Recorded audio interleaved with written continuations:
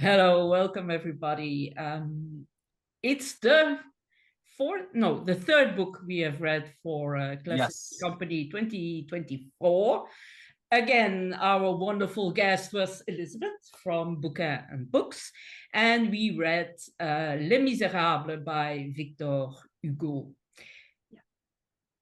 Elizabeth, can you try to tell the story short? The story. Yeah. I Just think there are sum this up. It should be pretty quick. It's only 1,400 pages. Mine is 1,600. Oh, well. Yeah. So it starts. We are introduced to a character who is in fact a secondary character. He is Monseigneur Myriel. So he's, I don't know the title in English. I read it in French. He's what, a bishop? Yes. A bishop. And he's just a very, very, very kind man. And one evening, there's a man calling, needing a bed. He gives him a bed, and the man steals stuff. And that man is Jean Valjean, our main character in Les Misérables. Jean Valjean is just out from Le Bagne, out from prison, basically. And he wants to Work serve camp, sort of Yes. work camp. Yeah. Labor Yeah. camp. And he is touched by the kindness of this bishop, this extremely kind bishop, and he turns his life around. And this is the main character that we follow. He takes a different identity in a small town in the north, I think, and he tries to dedicate his life to good. However, there's the policeman Javert trying to find him because he's a dangerous criminal who has escaped and he stole from the bishop. And at the same time, we meet the Thénardier, who are poor people who are not honorable. So the worst kind of person on the planet. It's bad to be a rich person who's bad, but to be a poor person who's bad, that's even worse, apparently. So we also follow him and them, because there's Mr. Thénardier, Mrs. Thénardier, and they have a bunch of children. And then there's the little girl Cosette, who was the daughter of a prostitute. However, she was a prostitute not by choice, because she had to survive. She was one of those deserving poor. She tried as opposed to the Thénardier, but poor her, she couldn't do anything. So these are the main characters that we follow: the Thénardier, little Cosette, and Jean Valjean. And by some reason, they're all reunited in the same book. Yeah, I was surprised. This was my first read of Les Misérables. Oh, I didn't know that. For you, it was the second read, no? And yes, for it was you a too, reread. Huh? Yeah, it was a reread for you too, Elizabeth? Yeah. Yes. I read it for the first time exactly 20 years ago. Yes, exactly. Nice. Exactly. Right. No, for me, it was a first read. And I was immensely surprised, by the quality of the book. It is so big and engrossing, and you really are sucked into the story, and it's so rich, and there's so much happening, although it is easy to follow. Yes. But I was very surprised that although Jean Valjean is a main character, how little he is in the book itself. I was going to bring that up. Not even 10%, I think. No. No, no. Well, it takes about 100 pages before he shows up. Oh, right. Yeah. It's right. It's incredible, but still, it is his book. Yes, without a doubt, because without him, the other characters, they would never meet, or not really. No. Right. He's the red line, that the thread that keeps everything together like a puppet, I think. Yes. What did you think of the book, Micah? I loved it. This is one of my favorite books of all time, at least from my limited reading life so far. The first time I read it, I had come to it from being a fan of the musical and the movie adaptation, so I already was fairly familiar with the plot. Obviously, though, then coming from a 3-hour stage play to a 1,400-page novel, there's quite a lot more in the novel than is represented on stage. And some of the things that I love the most about Les Mis is Victor Hugo does something similar to Tolstoy style of incorporating really long historical nonfiction segments throughout the novel. and some people I know find them boring or find them dull, or they don't help with the story. But having that historical element is so enjoyable for me, wanting to understand the historical time period and the setting, and even the period. There's a very long-winded part about the sewers under Paris, which is so fascinating because it's the history of French plumbing essentially, which doesn't sound all that interesting, but when put into the scene of Jean Valjean slugging Marius through the sewers, trying to save him, and then we sort of get this very detailed overview of, okay, now let's explain why he was even in the sewers to begin with, who put the sewers here, and so getting those little historical bits. But I agree with you, Anne. I forgot how little we have of Jean Valjean and how much more I want of him throughout the novel. The parts that the scenes in which he is in are phenomenal. Yeah. Yes. To me, they are the best parts of the novel. Whenever Valjean is on the page, the page shines. It glows. A couple of like themes that I find interesting. At the beginning, we have the bishop, who is sort of this incredibly kind, generous man. He shields Jean Valjean from getting taken by the police. He says, "You took the silver, but you also forgot the candlesticks," and he gives him, him more things. And so we have that image of sort of the religious fervor for good, and then we have Javert, who is sort of quite the opposite of the bishop, who is blinded by the singular mission of he wants to capture Jean Valjean no matter what and return him to prison, and this is his divine mission. So we have like these two men who had a great influence on Jean Valjean's life from sort of polar opposites, ends of the scale. So I enjoy that dynamic throughout the book as well, because we see remnants of the bishop's effect on Jean Valjean, obviously, of him completely turning his life around, but then he still has his own personal sort of animosity towards Javert as well. But it's amazing to see how far Javert is willing to go. He almost becomes a criminal himself, and he uses criminals to achieve his goals, which is he is ruthless. Heartless. Yes. But I don't understand why he is still chasing Jean Valjean, because he has done his time. And when he stole the candles, the bishop said, "I gave them to him." So there's no complaint, but still. Well, there's the case of the little chimney boy who lost 40 francs, I think, or not even that, coin. Cents. Yeah. Just a single coin worth probably a lot for somebody who needs it to eat, but not worth a lot, really.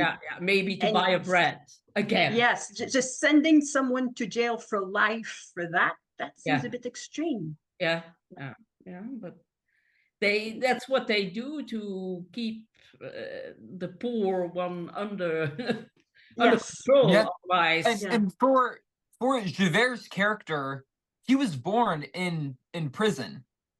Is that correct? His mother was in a similar labor camp sort of situation. Could be. Yeah. And so because I read something that it was saying sort of part of his motivation is trying to right this family wrong from his past, and so he's so blinded by something so small as what Javert, or as what Jean Valjean did, of simply stealing bread and doing his time, and once he's out, suddenly there's still something in Javert that he wants justice to be paid for something much beyond Jean Valjean, but that is sort of the person that he has decided to set his sights on and sort of to use as his scapegoat almost. Yes. To cleanse and himself. Also the fact that Jean Valjean is capable of incredible feats of strength. So if this man is bad, he has the potential to do a lot of harm. So I think Javert focuses on the potential of harm much more than on the actual harm that has been done. Right. So, sort of the scene when the man is caught underneath his carriage, Yeah. and Jean Valjean has to decide if he's going to free the man and reveal himself to Javert as who he is, or if he's going to let him die. And obviously, he goes and lifts up this massive cart and frees the man. Yeah. And there are multiple scenes like that. Yeah. I think that every time Jean Valjean is in the story, really alive and in action, it's always very adventurous. It's sometimes a thriller. It's sometimes very like the Three Musketeers, very adventurous, a lot of action. Yes. Oh, it's wonderful. Yeah, there's quite a lot of action, and even his even when there's not physical action, sort of his conversations, his dialogue, the way that he speaks is very impactful and very powerful, and you can tell it really. He not only has a very high physical strength, but also mentally, intelligently, he is very, very strong and capable. And that sort of shows through multiple times, especially his first interactions with the Thénardiers at the tavern, and his first interactions with young Cosette, and the ways My that favorite scene. Yes, it's wonderful. Yeah, it's the one depicted on the cover here. It's just so cute. Oh yeah. Yes. Yeah. Heartbreaking, that story. Because he comes across her first out in the woods. Yes. When she's trying to carry this huge bucket of water and carrying it home for I don't know how many miles. Yeah. And then Elizabeth, why do you think that Victor Hugo used so little of Valjean? Because he loves digressions. I don't know. I think he had a lot to say. So if he wanted an entire, because there's a lot of politics in the novel. That's something somehow I had forgotten in 20 years. I remembered the love story, if I can call it that, between Valjean and Cosette, and between Cosette and Marius, and then the pursuit of Javert. So all the feelings. But there's a lot. We also have Eponine and Marius as well.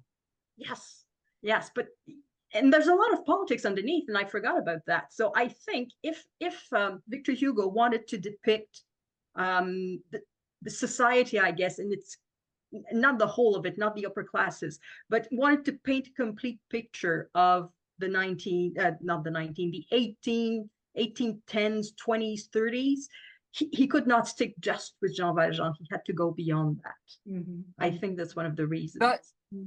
That makes sense to me, because some of the most political sections of the novel are around the ABC club and the young men setting up the barricades, fighting the National Guard, and the group that Marius gets involved with.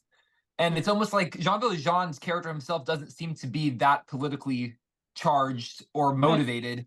And so I wonder if Hugo had to limit Jean Valjean's page time just because he couldn't get that political message across with that character. I think so, because Jean Valjean was outside of all the the upheaval during the Napoleonic He was era. ostracized for 19 years from society. Exactly, he was outside of the world. So he all these changes happened without him being there, in fact. But it's also, I think, he also did it to, there's a beautiful French word for it, savourer. So when you just have a little nibble here and there of Jean Valjean, you will appreciate him even more. If he was all over the book, maybe we would have liked him less, because then he had to find some negative parts of it is true. That's a good point. If there was more page time for him, there could have been more time to develop negative character traits or things that would sort of diminish his superhuman qualities almost. Yeah, it's a good point. I agree. Have you read other books by Victor Hugo? I tried to read what is it, 1793? I did not finish it. Apparently it's one of his worst. Okay. Yeah, it's a historical novel set in 1793. when there was some sort of, again, an uprising to try to reinstate the king. Yeah. So Oh, a interesting. monarchist uprising against the republic, Yeah. and it was crushed very rapidly. So Okay. yeah, But no, and I've never read anything else. Well, it was my first Victor Hugo, and Hmm. I'm really glad that I've read it. It was those pages flew by. Like Yes. it's not a chore to read Mm-mm. Les Miserables. It's not, and it's although there's a lot of hardship and a lot of tough, bleak passages, Yes. there's still a glimmer of hope. There's always some love. There's always Mhm. some humanity, even though, like Cosette, who has been treated like an animal, almost like a slave. She was a slave. She was a little slave girl. Right. Right. But then Jean Valjean comes, and there's the love and the respect, and he shows her that he sees her really, and how that little girl is, um, yeah, not traumatized by it, is thanks to Jean Valjean, who showed her Right. warmth, Right. and it's a beautiful book. It's not, you won't get miserable after reading that book. no, No. despite the title, it's not a miserable book. There's a lot of hope in it. There's also humor. I think there are several Mhm. passages that Oh, are in fact definitely. funny. Mhm. Yeah, Yeah, yeah, but it's I would certainly agree. yeah, and but also excited, thrilling that you you want to read what's going to happen next. And when he yeah, flees from the boat, and you know, Yes. things like that. It's amazing. It's an amazing story. I think, if I have to put it next to Alexandre Dumas, The Count of Monte Cristo, I think Les Miserables is still a bit higher than. Okay. in quality, Interesting. yes. In page turning quality, it depends, because in Les Miserables there are big digressions. Yeah. Right. So for the Count of Monte Cristo, I don't know how an abridged version is possible without cutting the story. But with Mm. Les Miserables, I think it's possible just to Yeah, remove yeah, certain bits and still Right. keep the entire story. There, yeah, Like yeah, well, I the know from immense my Battle of Waterloo translation, yeah. could be reduced. yes. I It know was, from my translation, I think you could probably slim it down by about 400 or 500 pages, even when you yeah. Yeah. took all Oh, yeah, the, yeah, yeah, the yeah. historical bits and the digressions out, and you're just left with the story. Yeah. Yeah. Because I Well, agree with the Count of Monte Cristo. If you try to abridge it, well, you're going to cut huge portions of his time in yeah. captivity, which is very important because of the sort of the mental dialogue that he Mhm, has going through his head. Or if you mhm. cut any of his time before he's imprisoned with and his encounters with Mercedes, nothing's going to make sense of why when he gets out the revenge that he's going for. And Mm, mm, Yeah. mm. True. What was fun for me is that there's a big part of Belgium in it, and that was fun. I didn't realize that, and he talked about the farm where Napoleon stayed. I've been to that farm. oh wow, It's a privately owned farm. So, but I did a TV shoot there, and yeah, it's amazing to see still the holes in the wall where they shot, and yeah, that's really cool. it's And really it amazing. it was originally published in Belgium, is that correct? Yes, it was published in Brussels. He lived in Brussels at that time because he was sort of very unhappy with the politics then, and by then Belgium was already a country. So we Hmm. were a country since 1930 and 1830. So it was a safer place, I guess, than Paris, which with all the revolts and Well, what happened, in fact, is that in 1848, France became a republic. Yeah. And then it was the nephew of Napoleon who was elected president. Mhm. And then, of course, there was a coup d'etat, and he decided to crown himself emperor, Napoleon III. But Victor Hugo was very much for the Republic. So when there was the coup by Napoleon III, there was a bit of a rebellion, a revolt, a counter coup that was crushed very rapidly. But Victor Hugo was part of that counter coup. He tried to get the workers to rebel, and he tried to get some movement behind this counter coup, and it was crushed. So he had to flee. So he fled first to Belgium, and then he fled to the Channel Islands, because Belgium, they more or less invited him to leave. He had published a pamphlet, very strong pamphlet against Napoleon III, and Belgium, being very careful of its relations with its neighbors, decided that perhaps between offending Victor Hugo and offending Napoleon III, they would offend the writer. So they asked him to, could you please leave? Interesting. Yeah. And where did he go? The Isle of Man or something like that? Jersey. Okay. Guernsey. Okay. Yeah, Jersey, I think. Jersey or Guernsey? Jersey. I think he went to Jersey.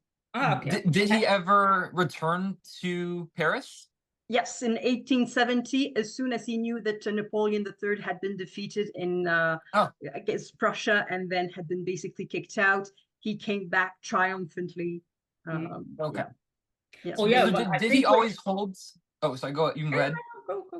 Go. Oh, did he always hold some sort of popularity among the majority of the French population, even during his time yes, away in Brussels and then in the Isle of Guernsey?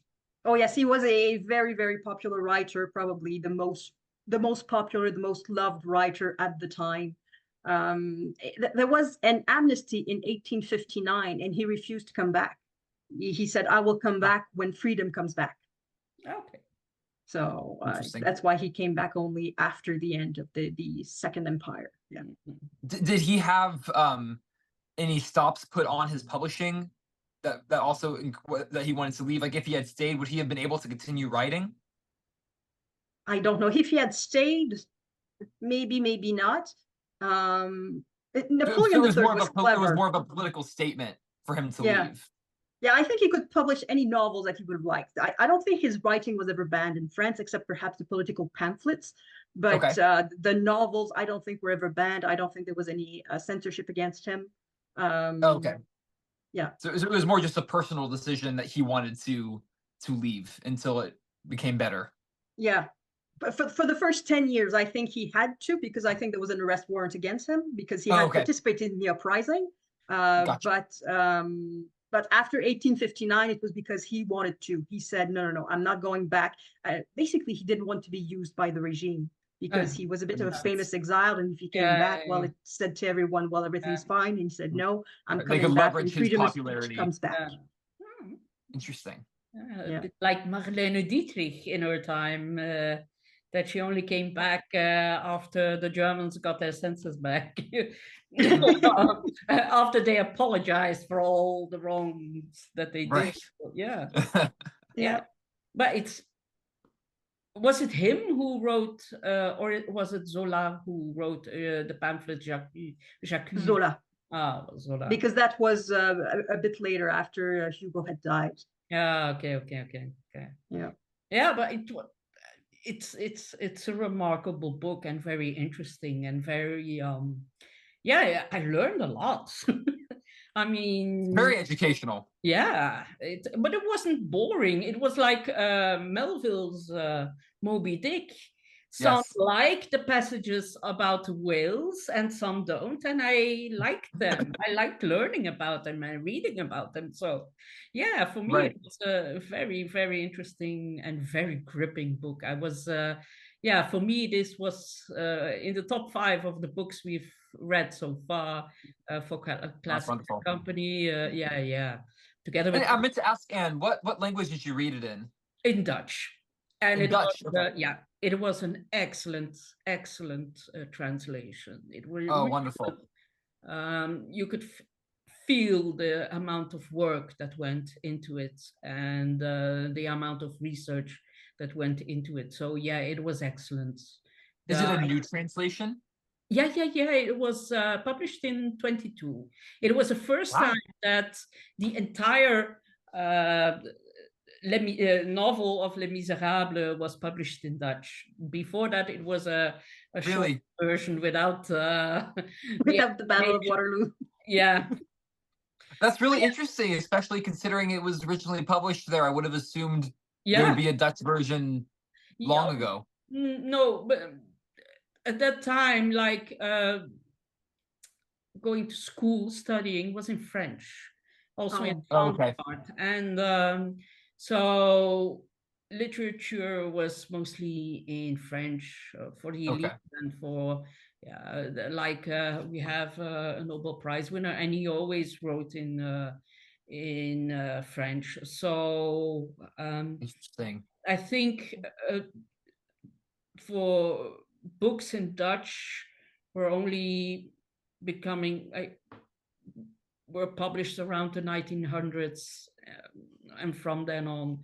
But before that, Okay. were quite rare. They were mostly written in French and published in French, even though the author was, for instance, Flemish like me. Yeah, but that was the Interesting. language that yeah, that you learned at school and in the university. Yeah, it was only like the University of Leuven only became Dutch speaking in 1969. You said Really? the name in Dutch. I know the name of that in French. I think that's Louvain. Is that possible? Louvain-la-Neuve. Yeah, that's. So what I they know the did university was, under the French name, not the Dutch name. but that's Oh, not in the same interesting. place. So we have the University of Leuven that exists since 14 and a bit. And it was always in French or in Latin.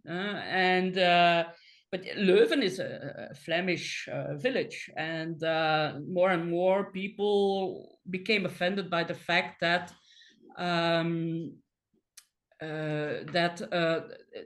the education was in French and not in Dutch, because everybody speaks Dutch.